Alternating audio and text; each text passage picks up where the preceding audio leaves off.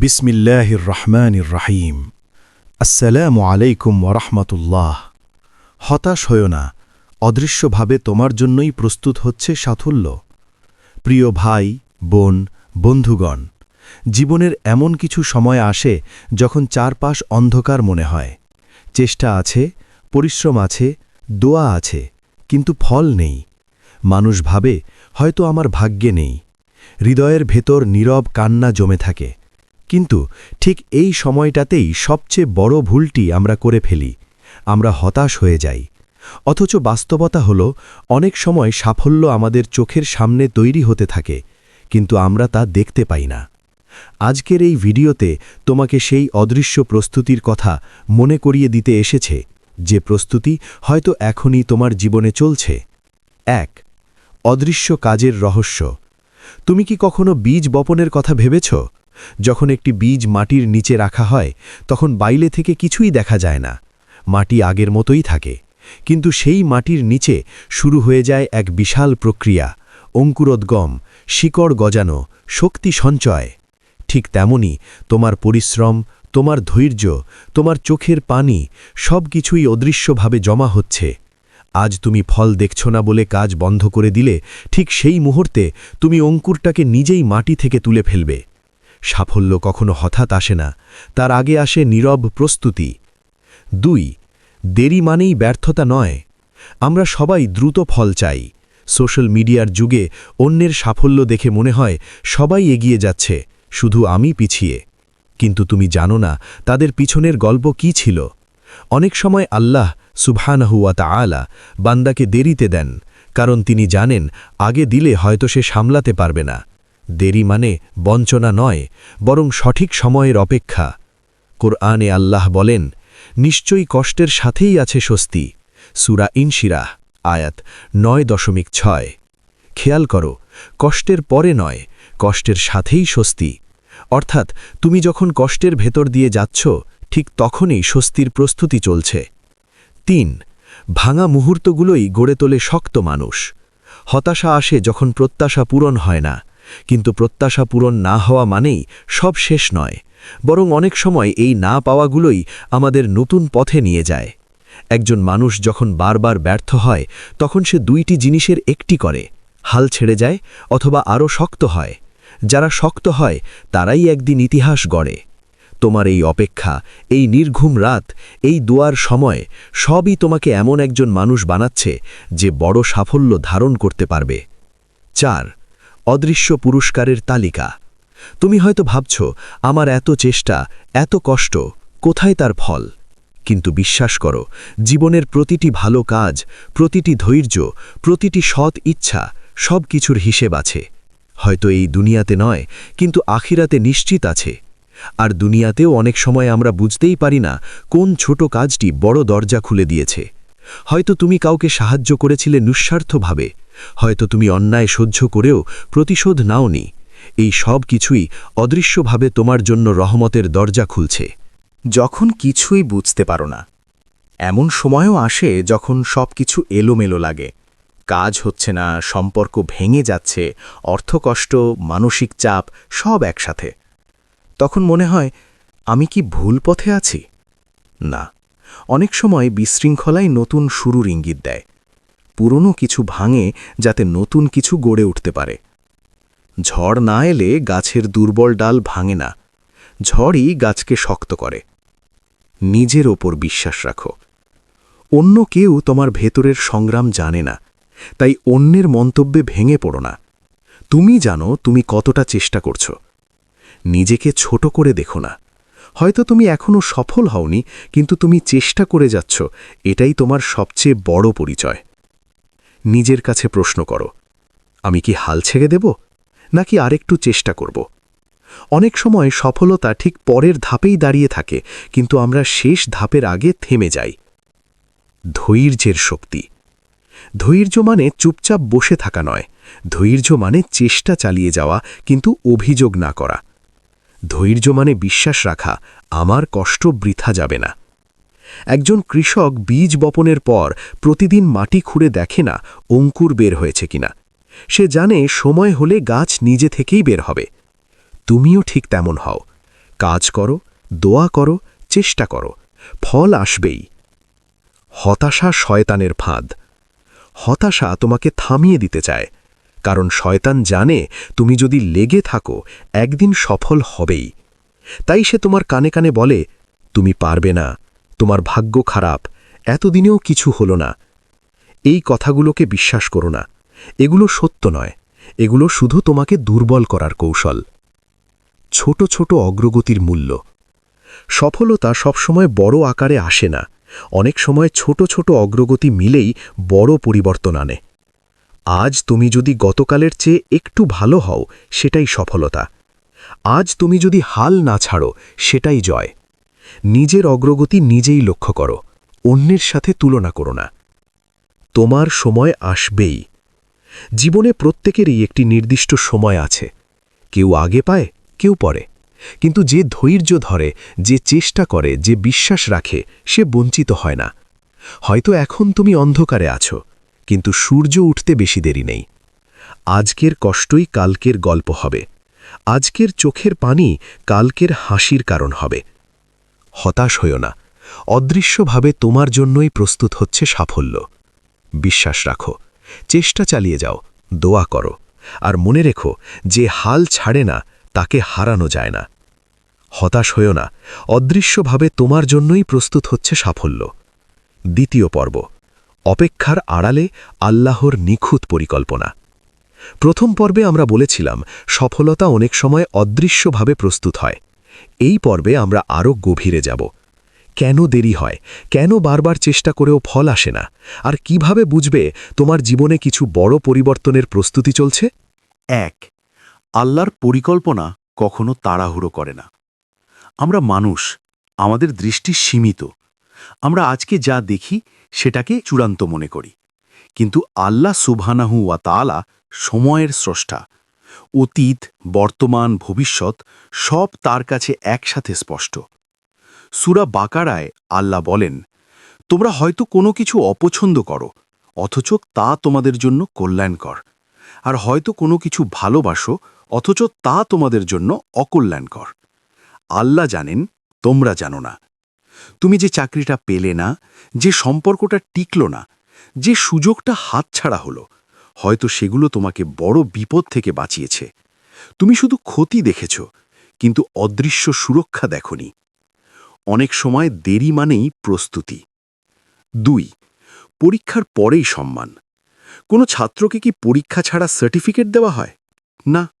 তাহলে জীবনের বড় সম্মান কিভাবে পরীক্ষা ছাড়া আসবে? নবী রাসূলগণও কঠিন পরীক্ষার ভেতর দিয়ে গেছেন। হজরত ইউসুফ আলাইহিস সালাম বছরের পর বছর কারাগারে ছিলেন। বাইরে থেকে দেখলে মনে হতো সব শেষ, কিন্তু ঠিক সেই কারাগারই ছিল তার রাজত্বের প্রস্তুতি। তোমার বর্তমান অবস্থা হয়তো কারাগারের মতো, সংকীর্ণ, কঠিন, অন্ধকার, কিন্তু কে জানে এই অবস্থায় হয়তো তোমার নেতৃত্ব, সম্মান, সাফল্যের ভিত্তি তৈরি করছে। ৩. যখন দোয়া সঙ্গে সঙ্গে কবুল হয় না। আমরা দোয়া করি আর চাই সঙ্গে সঙ্গে ফল, কিন্তু দোয়ার কবুল হওয়ার ৩টি রূপ আছে। ১. যা চেয়েছ তাই পাওয়া। ২. তার চেয়ে উত্তম কিছু পাওয়া। ৩. কোনো বিপদ দূর হয়ে যাওয়া যা তুমি বুঝতেই পারোনি। অর্থাৎ তুমি হয়তো ভাবছ, আমার দোয়া কবুল হয়নি, কিন্তু বাস্তবে তোমার জীবনের পেছনে এমন পরিবর্তন হচ্ছে যা তুমি এখনো দেখনি। দোয়া কখনোই হারিয়ে যায় না, তা জমা হয়, সময় হলে ফল দেয়। ৪. অদৃশ্য চরিত্র গঠন। সাফল্য শুধু বাহ্যিক অর্জন নয়, সাফল্য হলো এমন এক চরিত্র যা দায়িত্ব নিতে পারে, অহংকারে ভেসে যায় না, কষ্টে ভেঙে পড়ে না। আজ তুমি যে কষ্ট সহ্য করছো তা তোমাকে ধৈর্যশীল করছে। আজ তুমি যে অপমান সহ্য করছো তা তোমাকে নম্র করছে। আজ তুমি যে অভাব দেখছো তা তোমাকে কৃতজ্ঞ হতে শিখাচ্ছে। এই গুণগুলো ছাড়া বড় সাফল্য টেকে না। তাই হয়তো এখন তোমাকে গড়া হচ্ছে, ভাঙা নয়। ৫. হাল ছেড়ে দিলে কি হবে? ধরো তুমি ৯৯ বার চেষ্টা করলে, ব্যর্থ হলে। শততম বারেই হয়তো সাফল্য অপেক্ষা করছিল, কিন্তু যদি তুমি ৯৯-এই থেমে যাও। অনেক মানুষ সাফল্যের একদম কাছে এসে হাল ছেড়ে দেয়, কারণ তারা ক্লান্ত হয়ে পড়ে। তারা ভাবে আর পারব না। কিন্তু যারা একটু আরেকটু এগিয়ে যায় তারাই ইতিহাস করে। তোমার কাজ হলো চেষ্টা করা, ফল দেওয়া আল্লাহর দায়িত্ব। 6. অন্ধকারী ভোরের আগমনী বার্তা। সবচেয়ে অন্ধকার সময় কখন? ভোরের ঠিক আগে। এটা শুধু প্রকৃতির নিয়ম নয়, জীবনেরও নিয়ম। যখন সবকিছু সবচেয়ে কঠিন মনে হয় তখনই পরিবর্তন খুব কাছে থাকে। তাই এখন যদি তোমার জীবনে অন্ধকার বেশি হয়, বুঝে নাও ভোরও খুব দূরে নয়। 7. তুলনা বন্ধ করো। হতাশার বড় কারণ হল তুলনা। ও সফল হয়েছে, আমি পারিনি। ওর জীবন সুন্দর, আমার কেন এমন? কিন্তু তুমি কি জানো, আল্লাহ প্রত্যেককে আলাদা পরীক্ষা দেন, আলাদা সময় দেন। তোমার পথ তোমার মতো, তোমার সময় তোমার মতো। অন্যের গল্প দেখে নিজের গল্পকে ছোট করো না। 8. 3টি কাজ যা তোমাকে এগিয়ে রাখবে। 1. ইস্তেগফার বাড়াও। পাপ শুধু আখেরাতের ক্ষতি করে না, দুনিয়ার পথও সংকুচিত করে। নিয়মিত ইস্তেগফার অনেক অদৃশ্য বাধা দূর করে। 2. তাহাজ্জুদের অভ্যাস। রাতের নির্জনে আল্লাহর কাছে কাঁধা এমন শক্তি দেয় যা দিনের কোনো কাজ দিতে পারে না। 3. ছোট ধারাবাহিক আমল। একদিনে বড় কিছু নয়, ছোট কিন্তু নিয়মিত কাজ। ধারাবাহিকতা অলৌকিক ফল দেয়। 9. নিজেকে নতুনভাবে দেখো। তুমি ব্যর্থ নও, তুমি অপেক্ষার ভেতরে আছো। তুমি পিছিয়ে পড়নি, তুমি প্রস্তুতির মধ্যে আছো। তুমি একা নও, আল্লাহ তোমার সঙ্গে আছেন। এই দৃষ্টিভঙ্গি বদলারেই হতাশার শক্তিতে রূপ নেয়। 10. শেষ কথা, বিশ্বাসের ঘোষণা। হতাশা দরজায় কড়া নাড়তে পারে, কিন্তু তুমি দরজা খুলে দেবে কিনা তা তোমার সিদ্ধান্ত। মনে রেখো, আজ যে কষ্ট, কাল সেটাই গৌরবের গল্প হবে। আজ যে অশ্রু, কাল সেটাই বিজয়ের সাক্ষী হবে। অদৃশ্যভাবে তোমার জন্যই প্রস্তুত হচ্ছে সাফল্য। হয়তো আকাশে ইতিমধ্যেই তোমার নামে ঘোষণা লেখা হয়ে গেছে, শুধু সময়ের অপেক্ষা। হাল ছেড়ো না, থেমে যেও না, বিশ্বাস হারিও না, হতাশ হয় না। অদৃশ্যভাবে তোমার জন্যই প্রস্তুত হচ্ছে সাফল্য। 3য় পর্ব, শেষ ধৈর্যের পরেই আসে অলৌকিক পরিবর্তন। তুমি এই পর্যন্ত ভিডিওটি দেখেছ, মানে তুমি এখনও হাল ছাড়োনি। এটাই তোমার সবচেয়ে বড় শক্তি। এই পর্বে আমরা কথা বলবো সেই মুহূর্ত নিয়ে, যখন মানুষ ভাবে সব শেষ, অথচ বাস্তবে তখনই শুরু হতে যাচ্ছে এক নতুন অধ্যায়। 1. আল্লাহ যখন দেন, হিসাবের বাইরে দেন। মানুষ হিসাব করে, আমি এতটুকু চেষ্টা করেছি, তাই এতটুকু ফল পাব। কিন্তু আল্লাহ হিসাবের বাইরেও দেন। তিনি বলেন, যে আল্লাহকে ভয় করে, তিনি তার জন্য এমন পথ বের করে দেন যা সে কল্পনাও করতে পারে না। সূরা তালাক, আয়াত 2-3। খেয়াল করো, কল্পনাও করতে পারে না। অর্থাৎ তোমার সাফল্য হয়তো সেই পথে আসবে যেটা তুমি কখনো ভাবনি। যে জায়গা থেকে তুমি আশা করছো না, সেখান থেকেই দরজা খুলে যাবে। তাই হতাশ হয়ো না, দরজা বন্ধ মানেই পথ শেষ নয়। 2. তুমি এখন ভাঙছ না, গড়ছ। লোহার তলোয়ার বানাতে হলে তাকে আগুনে পোড়াতে হয়, হাতুড়ি দিয়ে আঘাত করতে হয়। সোনা বিশুদ্ধ করতে হলে আগুনে গলাতে হয়। তুমি কি ভাবছ এই চাপ, এই অপমান, এই অপেক্ষা সবই তোমাকে শেষ করে দিচ্ছে? না, এগুলো তোমাকে তৈরি করছে। আজকের কষ্টই কালকের মর্যাদা ধরে রাখার শক্তি হয়ে দাঁড়াবে। 3. শেষ মুহূর্তের পরীক্ষা। অনেক সময় সাফল্যের ঠিক আগেই সবচেয়ে কঠিন পরীক্ষা আসে। কারণ আল্লাহ দেখতে চান তুমি কি সত্যিই বিশ্বাস রেখেছ, নাকি সুবিধা থাকলেই শুধু বিশ্বাস করো। হজরত আইয়ুব আলাইহিওয়াসসালাম দীর্ঘ অসুস্থতার পরও আল্লাহকে দোষারোপ করেননি। হজরত ইব্রাহিম আলাইহিওয়াসসালাম সন্তানকে কুরবানির নির্দেশ পেলেও দ্বিধা করেননি। এই ধৈর্যের ফল কি হয়েছিল? ইতিহাসে চিরস্থায়ী সম্মান। তোমার জীবনেও হয়তো এই শেষ পরীক্ষাটা চলছে, ধরে থাকো। 4. হতাশার শেষ প্রান্তে দাঁড়িয়ে যখন মন বলে আর পারছি না, ঠিক তখনই নিজের ভেতরে আর একটা কণ্ঠ খুঁজে বের করো যা বলে আরেকটু। এই আরেকটু শব্দটাই মানুষকে সাধারণ থেকে অসাধারণ বানায়। আরেকটু ধৈর্য, আরেকটু দোয়া, আরেকটু চেষ্টা। হয়তো এই আরেকটুর পরেই তোমার জীবনের মোড় ঘুরবে।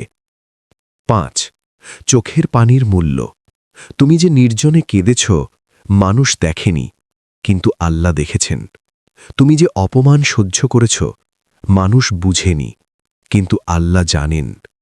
রাসূলুল্লাহ সাল্লাল্লাহু আলাইহি ওয়াসাল্লাম বলেছেন, আল্লাহর ভয়ে গোপনে ঝরা চোখের পানির বিশেষ মর্যাদা আছে।